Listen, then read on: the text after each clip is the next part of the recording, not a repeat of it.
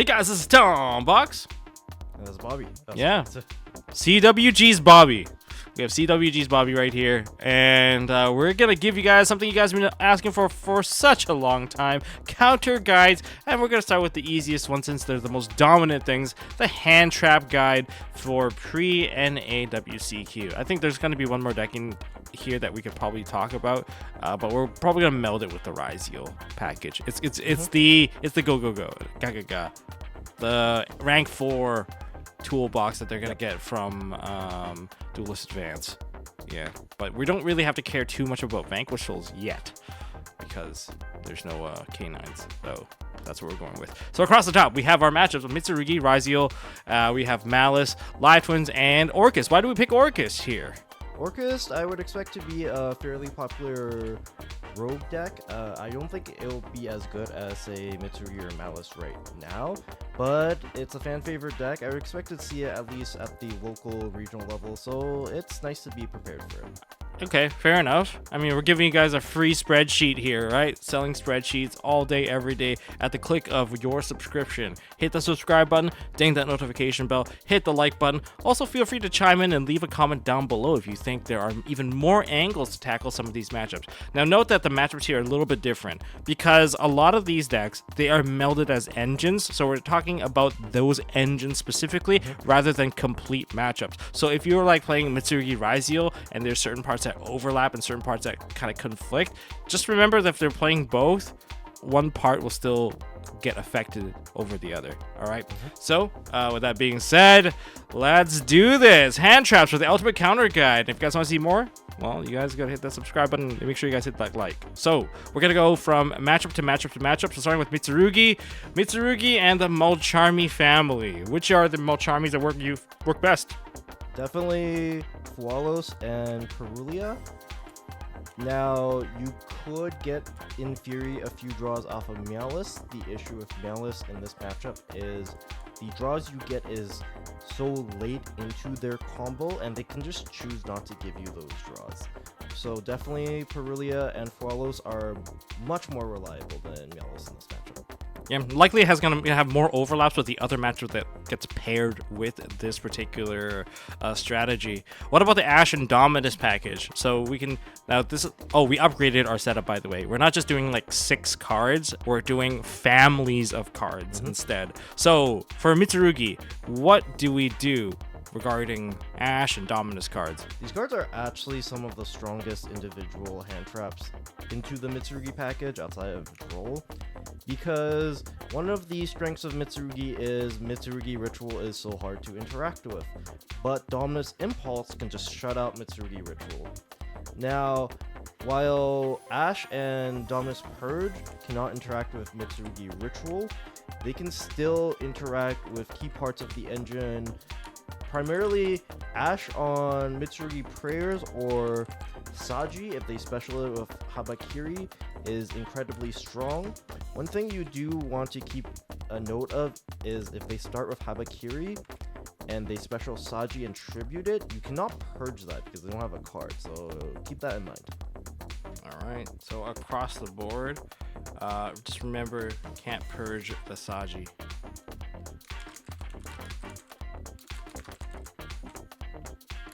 On empty. It's kind of important to know. I mean, these are the rules that you should learn to know. But ideally, remember, guys, you should use the Ashe on the Saji, not the Habakiri. Yep. Yeah, because they could just have the card in hand, and you could just completely waste your card, and oh my god, they're full comboing you. Yep. I think that's the main takeaway tip here, is that you always hit the Saji instead. Unless, of course, they're starting with summon from deck, then okay, then you can Ashe that, or you know, summon from deck. We'll give you that. That's fair, because like if you stop the summon from deck, it's actually pretty huge, because they can't even get the tributes from hand, which could actually block a lot of plays. Now, Impermanent Veiler. These cards are alright, but they don't feel great. Veiler in particular, because they can just use Mitsurugi Prayers to special in the draw phase, completely dodging Veiler. Okay. The issue is sometimes the Mitsurugi engine opens 2-card combinations where you just don't have a good place to impermanent Veiler. So these cards are okay, but not great. Not great. I will just put this here. It's gonna be situational.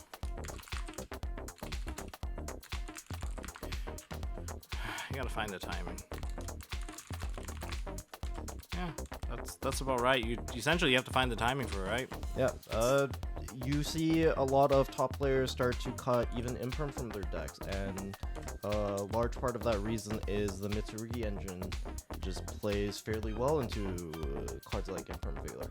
Especially when you need to set up an additional card to start playing. But like if you preempt Imperm, you might get taxed on it because you might get hit by Murakumo. And then automatically you're playing from behind. They can make poor trades. They can at least make one poor trade, let's put it that way. And they can still get ahead of you. So it makes it very difficult. I know some people are switching over to Droplet instead, because you can chain and you can turn off the tax, ultimately negating the taxing effect and perhaps other cards and prevent the response.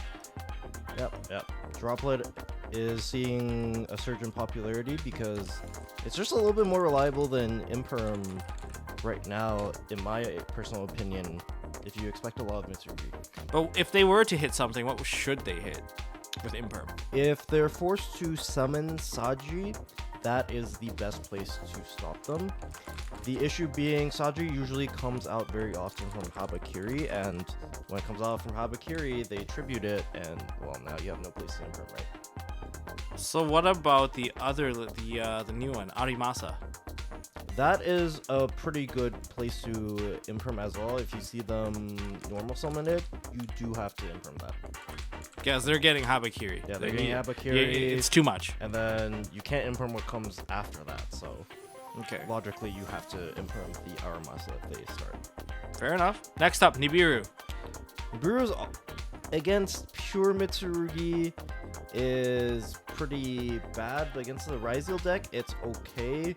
The main issue with Nibiru is it's just a bit unreliable right now, because usually the Mitsurugi engine will get a couple of searches, prayers, purification. So if Nib does clear the board later, they still end on disruption. So Nib right now can be alright in conjunction with other hand traps, but by itself it's sort of unreliable.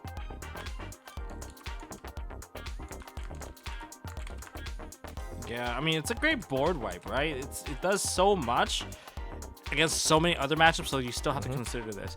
Droll and Lockbird versus this, I think this is pretty much given that it is one of the strongest things you can use against them. Even if they start, no matter how any deck starts, I get it. Like, oh, if they're playing, say, ryzeal, you can cut out, like, depending on which engine they start with, it will stop the other one from going off, and that's kind of the whole point of this, is that you don't want them to go off. It requires the people to hard draw the ritual to even have an actual end board with this now. So that's why Droll is pretty cracked when it comes to stopping most of these plays. Unfortunately, Habakiri can get you that ritual pretty early on if it's the first play, so even if you draw afterwards, you're mainly blocking out the sub engine rather than the actual play. But it does also block the monsters from summoning themselves back out, so they're ending their turn very, very short. But if you draw them, you're not likely going to be able to nib them. One thing to keep note of is if they draw you on your turn and they do have a ritual monster, they can't revive the ritual monster if they tribute it off later, because the search is mandatory. So that could come up in some grind games.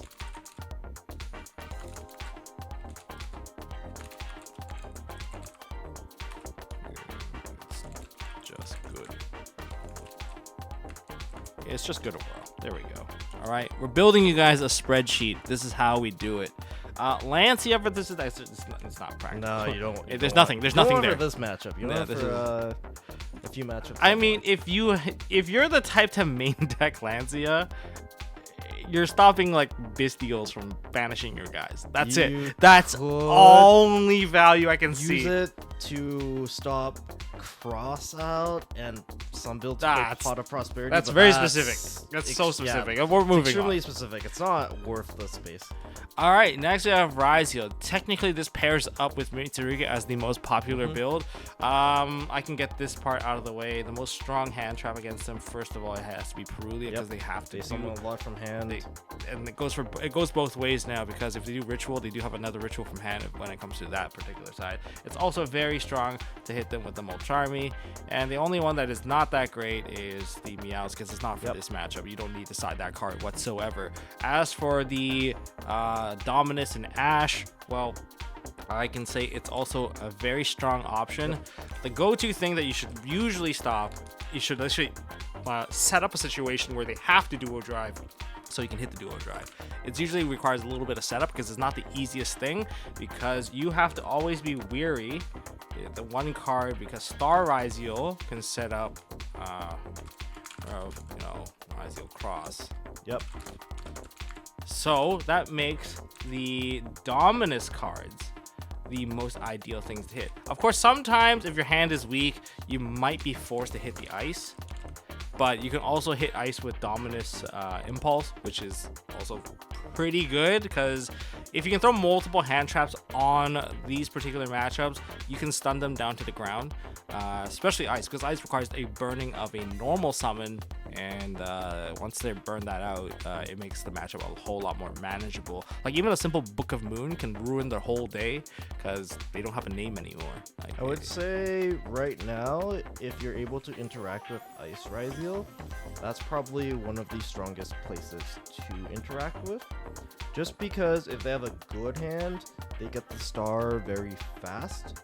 And even if their hand is mediocre, Ice is something you don't really want to commit to, because again, it forces your normal summon. So there's a lot less to worry about than, say, X ryzeal, because if they start X ryzeal, you stop it. Now any level 4 converts a combo, right? Yeah, like Ice, something that is worth hitting. X and Sword are the ones that are just okay. Well, if they normal summon out, If they normal sword, yeah, you're hitting that, because their hand. There's no way someone plays into it. No one forcefully or actively and consciously chooses to play into a dead end play. That is so suboptimal that this is the easiest read. I don't know. Some people try to bait it like normal summon out sword, like haha, it's a joke, but they already have X in hand just to mess with you, so they can. There's some people that do that. It's an interesting bait play. It's a lot less likely now, just because there's only 2 swords. When there was 3 swords, there was a reasonable chance they open double sword. But now if they open double sword, that's just unfortunate. Oof indeed. Imperm Veiler. I think the Imperm is still hitting the same card. Imperm is wonderful when it comes to dealing with duo drive. You just don't want duo drive to ever go off. Honestly, it's just duo drive goes off, you are so behind, because now you have to deal with a negate on top of most things. It's pretty deadly, but also if you open it, of course you get to hit a detonator. Therefore it's okay. Then you're on second. It's not the easiest thing to hit, because if you remember, this is a combined matchup of you're taking mitsurugi and ryzeal, and therefore that Imperm can tax you, which is why the droplet's more popular, because the droplet prevents the taxing, for one, can turn off both monsters, making your play so much safer, and the anti-targeting can also bypass cards like Starleech, Photon, Blast Dragon. So consider droplet if you're still thinking about Imperm. Would you still side the Imperm though? No, I feel like the power of Imperm is mostly the flexibility. Going first and second. I would like more target hate cards on the side. Like, for example, cards like Lancia, Chaos Hunter. Cards that are more specific for matchups, less flexible, but offer way more power. I feel like that's a better mentality to have when sideboarding. Let's switch this into this. But if you have to hit stuff, duo drive detonator, typical go-tos. I almost don't want to hit their normal summons half the time, unless it's like ice or sword. If your hand is fairly weak, I do think you are forced to hit their normal summon, just because if you let their normal summon through and you hit the dual drive later, they'll still have enough material to make another rank 4 at the very least. Mhm. So it is hand dependent. Also, the Imperm has lost more value compared to previous formats just because it's so reliable to end on detonator with twins. Yeah. When your Imperm only trades with half the detonator, it feels a lot worse. And next we have Nibiru. I'm just gonna put Beware of Ryzeal Cross is a very big problem because it's like people still try, like hoping that the opponent forgets, and then after they negate it, sometimes they draw their top card, then they scoop because they can't break the board. That's a very common occurrence. They're just trying their luck. They know that the odds are not in their favor because this card exists, and therefore you can't really play. Of course, they get this on like 4th. Star Ryzeal also makes it very difficult to nib because now they have 2 different points in which they could shred and turning off your nib. Star Ryzeal and the dual drive. Yeah, it's a lot. It's the Ryzeal engine is a lot stronger into nib with the addition of Star Ryzeal. Yeah, I can't believe people are choosing not to play it. I get that it does feel like a brick sometimes. You know, I'll give it that. If you open the one of like node plus star, it doesn't feel that great. And then you open like a mitsurugi, and you're like, oh man, this hand is so many one-ups. I will say sometimes the extra name is really nice to have because you know all your main deck names are M2 now. Having one more name sometimes just comes up. So I feel like it's not as bad as people say it is. Yeah, okay. Well, you can sometimes force the cross. I know some people do manage to force the Ryzeal cross. It's especially when someone get baited into using the cross through a bestial effect. A bestial trying to get rid of the Eclipse twins when it's trying to attach. That's when like, oh, I'll negate it, and then they run into a nib. That hurts. Yeah. So you can either force the Ryzeal cross first and then drop nib, and that's likely the only chance of seeing true success with Nibiru. Droll and Lockbird. This card's like, I think it's still very strong, nonetheless. It's still pretty good. It doesn't completely stop the Ryzeal engine because when you droll them, they will have access to 2 4s, which converts to a detonator, but it stops the sub engine, mainly the Mitsurugi engine, that's very commonly paired with Ryzeal right now, and it cuts them off from follow-up. So let's say hypothetically they start X, get sword, you roll them. The sword doesn't grab follow-up for next turn, so if you do clear the detonator, it's much easier to play the grind game. Okay, no, that's fair. So there has been some shift, of course, thanks to Mitsurugi, and that's what we have to account for. Now then, next we have Malice, right? Malice, the matchup that everyone always hopes to see Malice win, except that Malice has not. Has Malice even won a YCS yet? Malice has not won. No, well, Malice. We've seen other decks win before they did, which is crazy. I mean, it was speculated to be the best deck. I think that was the problem, though. I think the issue, yeah, Malice as a deck in particular is very weak to target hate blowouts. But there's so many. Chaos There's Hunter, so many. Malice. Like they're turn skip city. Well, let's just put it here, Chaos Hunter as well. Like, okay, so we covered the bottom part here. We all know that this is the reason why they really can't play. I mean, some people said, oh, they can play now. Not really. It still hurts. The board you make under Lancia is not the best. No. Even if you can play, it hurts you significantly. And let me just get rid of this. If you have to hit it, there's nothing to hit. Like, the only thing you would ever hit, terraforming and backup. Maybe alert. They still play alert, but most of this stuff kind of alert. You know, and backup. Yeah, I would say these are the only 2 that you really care about. Aside from that, there's nothing really drollable in the deck. They do just fine being under the droll. But you already talked about the Maltrami part here, which is going to be Meows works. This works. Carulia's also okay. Solid, actually. Is it now? Because they summon a lot more from the hand now. Backup, Wizard, Hair. March Hair, Distials. So I found all three Molcharmies are solid in the matchup.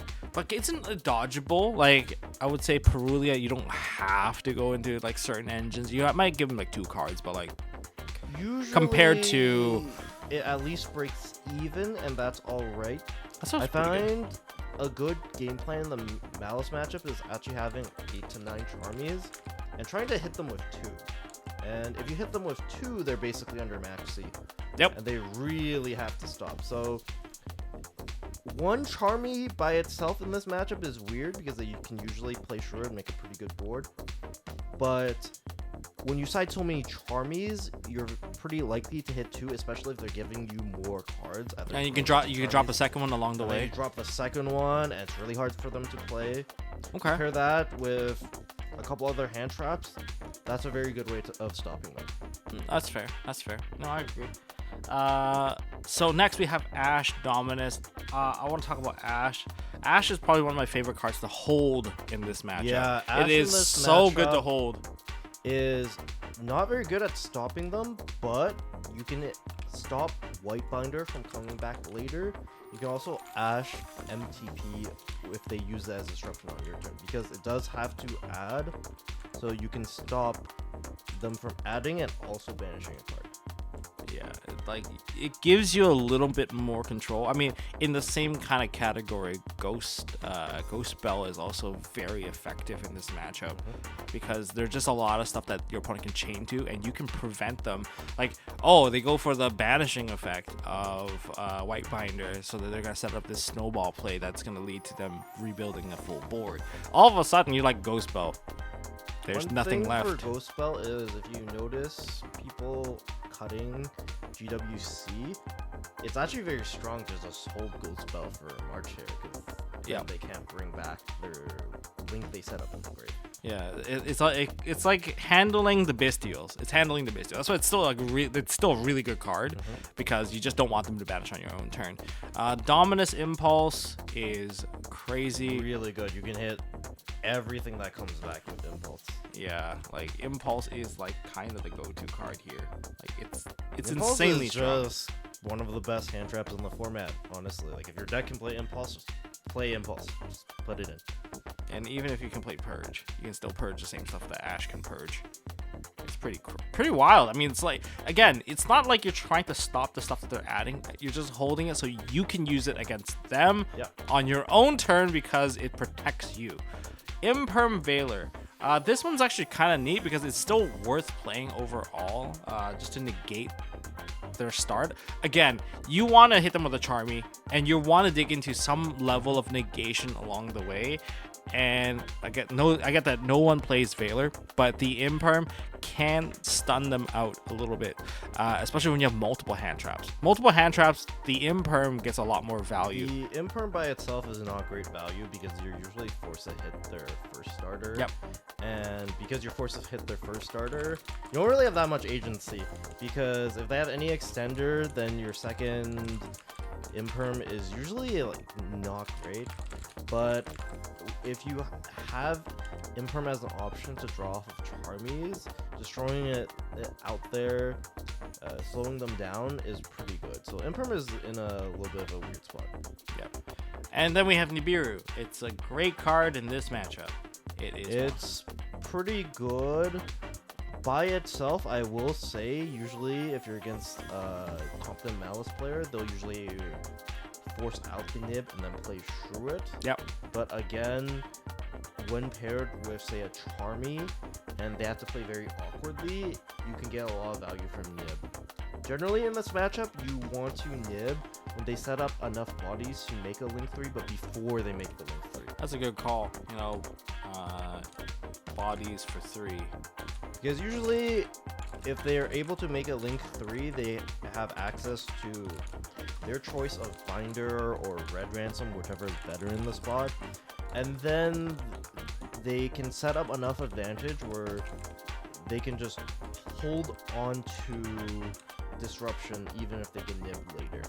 So here's my question here, because like this is probably one of the biggest questions regarding people using Nibiru against Malice, is that some people use the Nibiru, but then your opponent just gets so many follow-ups that they still OTK you, especially when like going second. When you're going first, you're holding a nib, they build their board, they build enough to try to OTK you, you throw a nib, and then they rebuild a different board to OTK you. Like, is there a timing where you would wait for the very end?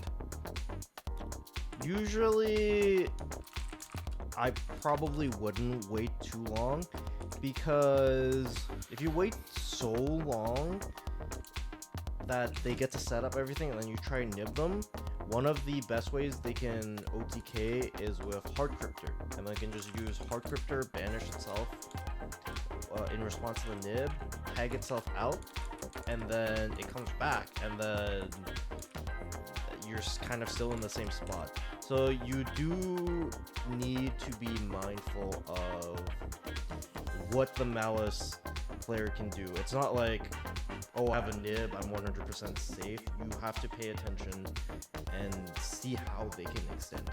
Okay. And sometimes they just have more extenders than you have hand. Yeah, sometimes. I know this match It was happens. If you play against malice, it happens. Okay, well, now that we're halfway through, make sure you guys hit that like button, hit subscribe, ding that notification bell as we build this spreadsheet. Now, we got two of the more interesting matchups. We have the recent YCS winner deck from YCS Quito, Live Twins, and then we have Orcust. And to describe the key changes from Live Twins is they gain 2 cards. They get Kiss a Kill Deal, and they got Lilith Sweet. Essentially, they have a maxi on when you interact with them, and they have a Call by the Grave-esque hand trap.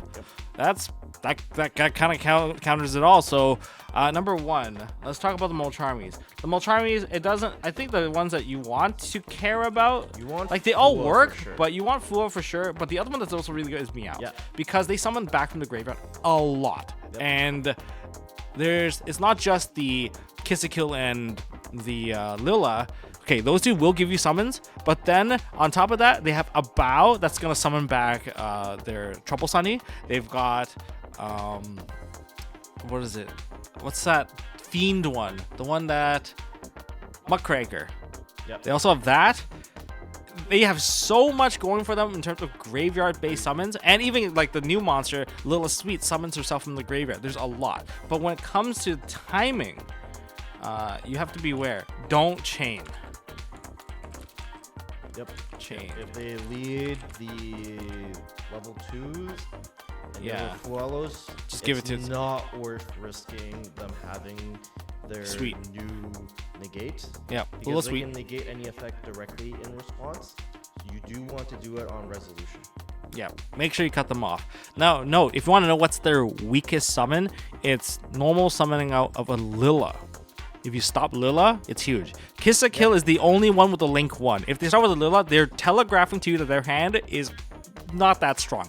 But they do have interesting plays they can do where they start normal summon out the Lila and you attempt to negate it with an Imperm or something along those lines. They chain, say, a Droplet. Now you're cooked. You're cooked at that point. Because they're Kiss a Kill and summon out the Lila. Yeah, like they just get the body back. Yeah, the body comes back for free, and now that's very troublesome. So, to point this out, when do you actually use Ash on them? It's hard to tell, because you can Ash the Kiss a Kill Deal. I think if your hand is bad, you do have to hit their small bodies and just hope they don't have the new hand trap. But Ash is so bad because Ash directly plays into Kiss a Kill Deal. I think. Little Sweet. I think you don't have a choice if your hand is bad. Now, if your hand is good, the engine's usually paired with Fiendsmith. You can hold Ash for Requiem, and that will be a little bit safer of a choice. Yeah, not liking this one. There's like so much risk. Like the risk is insane on this one because warning. You really don't want to play into their hand trap, but sometimes you're just forced to.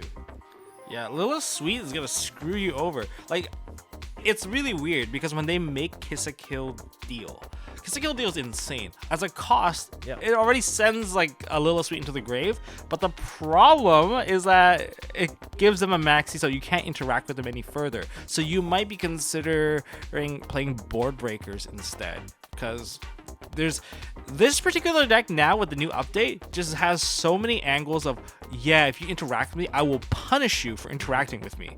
And so might as well break their board. Their board is, compared to most of the other decks, not as scary. It's always interaction disruption rather than full-blown like negation and cutting you off resources.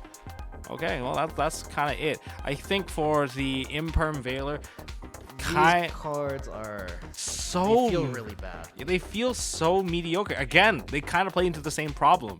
It's kind of like Ash, but even worse because at least Ash, you have the option of hitting their sub-engines like Fiendsmith. But with Imperm Veiler, you're just forced to use them fairly early on. Yeah, it's so unfortunate. I mean, you can technically... I think you should hold. You know what? Just hold it for you could. If you have Imperm specifically, you could hold it for the end board, and that might be more reliable. These cards just don't really feel great to me. Yeah, they're kind of mediocre right now. Nibiru is actually pretty good. Pretty good. Because first of all, you get to choose your timing, so they don't exactly have ways to hand rip you on this one, and their end board doesn't really have a negate either. The only problem is you probably can wait for the best timing, which is a bow, but like when they activate a bow and it doesn't actually get to banish, because a bow isn't banished for cost. A bow is banish the card to summon back from grave. Is that the opportunity that we have to actually hit them with Nibiru? Because they also lose a card in hand along the way, and that's also not a live twin card. Do you think that's the right timing? It's all right. Usually, though, I find the engine is supplemented with Fiendsmith cards, and they can usually force the nib on 2 6s. It just depends on the build. But a lot of the times they start. Okay, there are multiple opportunities for you to actually throw in a beer on them. Yes, it is true. You could be forced to do it because of Fiendsmith. Forced by 2/6. But like on the other hand, when they start their engine, if they're not starting with Fiendsmith, typically it's the Kill deal that gets turned into the Requiem, and then they go into their full line of play. You might be able to get away with throwing the Nibiru early on, but if they have a single piece of follow-up, yeah, because the as long as they have Lila or Kill, they can convert into the Link 2, and the Link 2 will bring back the opposite name, and they can still rebuild the board and still get to. I think they short themselves the Fiendsmith side, but they'll still have the engine, like the regular engine still built. Yeah. One of the things with Nib though is, unlike with some of the other decks where Nib doesn't always cut off disruption, Nib usually will cut off something. Like they will have to trade something in order to play through the Nibiru, which is very nice. Okay, that's fair. Next we have Droll. I think Droll's not bad. You can set it up pretty early because if they play Sunny Snitch, you get to Droll them right from that point. Unfortunately, they will always have a follow-up because it's naturally able to Fiendsmith as the comeback. So there's not really much you can do about that. I would say it's pretty hit or miss in this matchup. It really depends on how these start. You do cut them off of a couple of free draws off the Link, so it will always trade with some advantage, but I think it's nice that you get not very efficient. I think it's nice that you get the cut off Kill deal. Yeah, it lets you interact without giving your opponent more interaction and loading their hand, like. Because once deal goes off, that's the thing that people forget, that Kill deal is essentially max C, and except that it's whenever you activate a card to interact with their card, they get to draw a card, which is pretty wild. But yeah, you get the cutoff deal. Sunny Snitch is the setup point, and you stop a draw from regular evil Kill. There. This is exactly what would happen if you hit them with a droll. I mean, it's like, yeah, it's kind of mediocre. And Lancia is non-existent here because they don't care and they rather not get any of their stuff banished. Whereas our final matchup that we want to talk about is Orcust. Orcust is pretty crazy. They got 2 new cards. They got the new Gyrzoo card, and of course they have the Galatea Eye. I think Lancia is just the most nasty card you can use against Lancia them. is incredibly good. They can't banish any of their Orcust names to special. Which is everything. Which is everything to them. Just stops their entire engine. Do they still play Allure? No, most builds I see don't really play Allure. They play the other draw card, don't they? The Legacy World, Legacy. That card is more of a 0 to 1 of in current builds I see. Okay. It really isn't played too much anymore. Okay. Sure. Well, let's cover the Charmies then. Yeah. For Charmies, they're an extra deck based deck. This is the given. They're doing Link 1 plays. You have to throw this pretty early on. You don't really have any choice to wait because they have a Link 1. Any deck with a Link 1 kind of forces you to shotgun it, but also opens an opportunity. If they have a ton of hand traps themselves or a bunch of set cards that they can play, they might just set a card and pass to you. One thing I want to add in about Charmies is if they open Gyrzoo and they activate the effect to summon a token, you have to use all your Charmies there. Do not forget about that, because once they give you the token, you have a card. You can't use the Charmies anymore. I will say Malice is pretty solid in the matchup as well. It's true. You do have Link 2. 1 comes back. They have Symbol Skeleton, which can revive. So That's the Scepter too. The Scepter also Yeah. summons from Banish. Yeah, so you'll get a few cards. What you don't want is Perulia. They can easily not give you a card off of Perulia in some hands. Makes sense. Makes sense. As for Ash, I think we're going to hit Harp These again. cards are pretty good. It's the same as 2019. Hit Harp, please. Harp is the go-to. I will say Purge is not as good compared to Ash and Impulse, just because there really aren't too many places to Purge. Like, you could hit the Link 1 when they try to grab the field spell, but the issue with doing that is they can get the field spell from the Link 2 Galatea still, so... Kind of missed the point then, right? Yeah, it's not great. Ash and Impulse still are very good. Yeah, I mean, you just want to block the summons and make sure that they burn most of the body so they can't actually climb to a legitimate end board. I mean, one of the scariest things is if they set up counter trap. Like, any deck that sets up, like, the biggest problem with Yu-Gi-Oh! Back then was any deck that had a in-engine counter trap always felt very hard to break because they always have one interaction that is superior to all of your interaction and will supersede them, and they will win the most crucial one, and you just don't have the opportunity anymore. That's the most difficult thing, and this is the deck that kind of led to, I guess, most counter traps just doesn't exist anymore as a kind of a go-to card. So it's huge. Yeah, don't let them get that setup. It's hard to play, no matter which deck you're playing. As for Imperm Veiler, do they even play IP? They still end on IP, so the issue with Imperm and Veiler is Harp is a one-card combo now. Yes. Now, if you have Imperm and Veiler into Gyrzoo, it is incredibly strong. But if you have it into Harp, you don't really have a good place to hit. So the go-to is the Gyrzoo.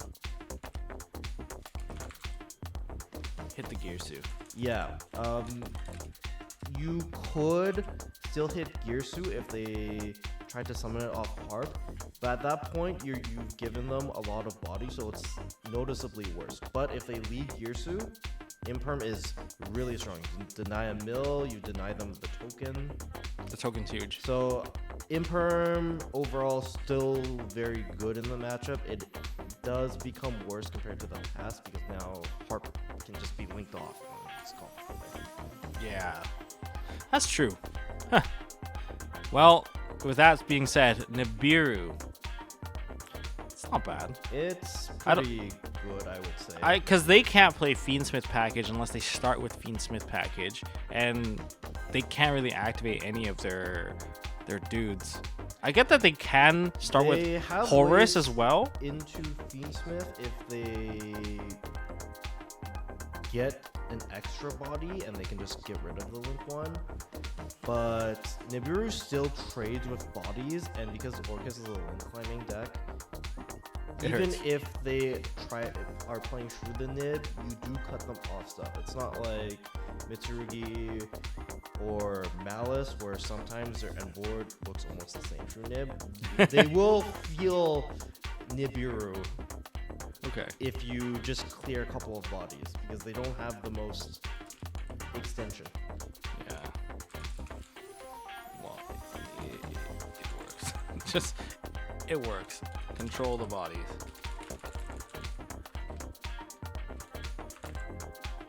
Beware if they Beansmith.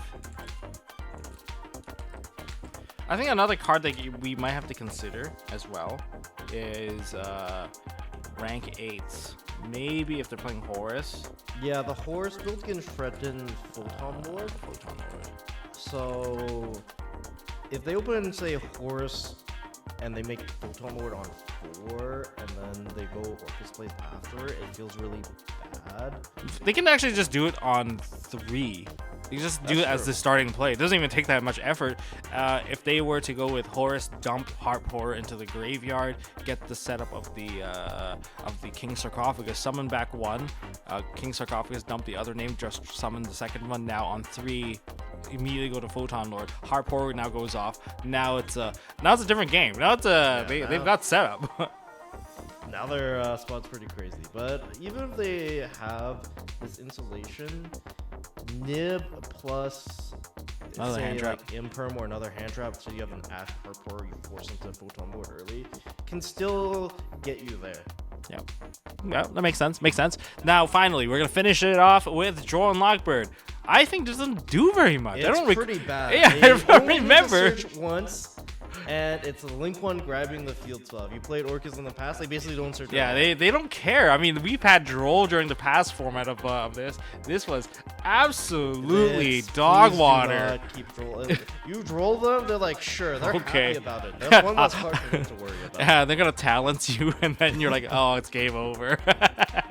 All right, so this is the Ultimate Counter Guide Hand Trap Edition for pre-WCQ. If you guys enjoyed us building this spreadsheet for you guys, it's a free spreadsheet. Hit that subscribe button, ding that notification bell. Once again, thank you, CWG Bobby, thank you for coming here into the studio. This is our first time doing it in studio. Maybe next time we'll have even more input, because we do have an extra chair available. Ooh. No one's sitting here yet. Get an extra input from another player. You play Mitsurugi ryzeal, I play Mitsurugi ryzeal. We could throw in a Malice player, maybe get their opinion too. It's also possible, or maybe even a Dragon Ruler deck. Ooh. That's all another optional player that we can throw in here just to get their opinion, kind of bring it whatever we can to the table. But this is our first episode. If you guys want to see more episodes like this, hit that like button, hit subscribe, ding that notification bell. I haven't done this in a while, but yeah, I will go back to How to Beat series, and maybe I'll invite guests on those as well. That's all I have to say. That was a long outro. Thank you guys for watching. Hope you guys have a wonderful day, and I'll see you all in the next one.